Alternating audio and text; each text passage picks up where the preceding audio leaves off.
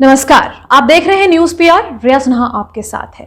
आपको वो मामला याद होगा जब बिहार जूनियर एग्जाम के रिजल्ट्स आए थे और उसमें सन्नी लियोनी के नाम से सन्नी लियोनी अभिनेत्री को टॉप करा दिया गया था, जिसके बाद बिहार की खूब आलोचना हुई थी कि किस प्रकार से यहाँ वैसे स्टूडेंट्स को टॉप करा दिया जाता है और उसके बाद सत्यापन भी नहीं किया जाता है कि एक्चुअली में वो स्टूडेंट एग्जिस्ट भी करता है या फिर कुछ और बात हुई है और क्या क्या डिटेल्स हैं उस स्टूडेंट के जिसने इसे टॉप किया है। जिसके बाद विपक्ष भी सरकार को घेरते नजर आई थी और अब एक और मामला सामने आया है जो कि मलयालम अभिनेत्री अनुपमा परमेश्वरन से है जुड़ा है। दरअसल एस्टेट की रिजल्ट निकाली गई और उस रिजल्ट में इन्हें पास कर दिया गया है। ताज्जुब की बात तो यह है कि यह एक मलयालम एक्ट्रेस है जिन्होंने ऐसी परीक्षा बिहार में आके तो नहीं ही दी है।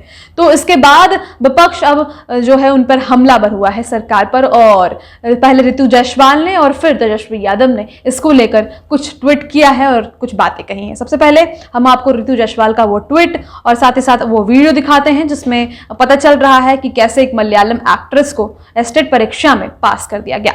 लिखा है, घोटाला वो भी युवाओं के भविष्य के साथ, डूब मरना चाहिए ऐसी नीच और घटिया सोच रखने वाले घोटालेबाज अफसरराज वाली सरकार को।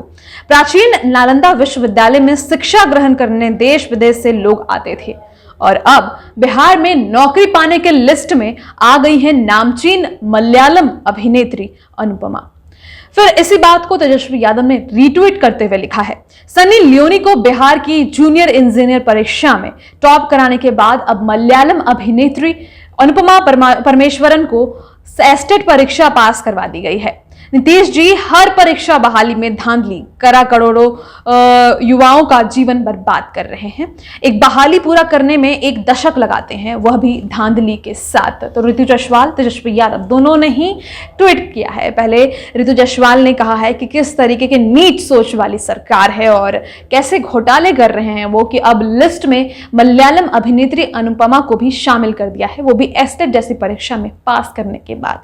कितने बच्चे हैं जो काबिल हैं और वो परीक्षा पास नहीं कर पाए, लेकिन एक अभिनेत्री को बिना सत्यापन किए परीक्षा में पास कर दिया गया है और गड़बड़ियां ऐसे हो रही है कुछ पता भी नहीं चल पा रहा है। वहीं दूसरी ओर तेजस्वी यादव ने भी कहा कि किस तरीके से पिछले बार जो मैंने पहले ही आपको जानकारी दी कि जूनियर इंजीनियरिंग के एग्जाम में जो टॉप करवा दिया गया था सन्नी लियोनी को, उसके बाद आलोचना हुई थी और अब उन्होंने साफ तौर से कहा कि किस तरीके की सरकार है कि नीतीश कुमार एक भी परीक्षा बिना धांधली गड़बड़ी के नहीं ले पाती और उसको भी करने में काफी वक्त लग जाता है और रिजल्ट निकालते भी हैं तो बहुत सारी गड़बड़ियों के साथ जो आपके आंखों के सामने है। तो दोनों ने लगातार नीतीश कुमार पर निशाना साधा है और बात पते की भी है। आप सन्नी लियोनी मलयालम एक्ट्रेस, इन सभी लोगों को कैसे पास करा दे रहे हो? क्या जब आप टॉपर लिस्ट देते हो या फिर डिटेल्स जब आप निकालते हो स्टूडेंट्स जिन्होंने पास किया है तो उसका सत्यापन एक बार भी नहीं किया जाता? फिर आप प्रमाण पत्र और बाकी सभी चीजें जब भी लेते हो जमा, तो उस वक्त क्या होता है, आधार कार्ड, पैन कार्ड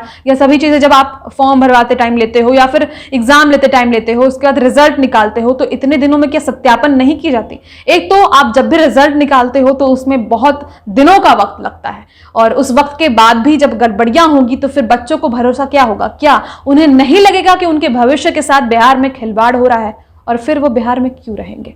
फिलहाल इस वीडियो में इतना ही। और भी खबरों के लिए न्यूज पीआर के साथ बने रहें।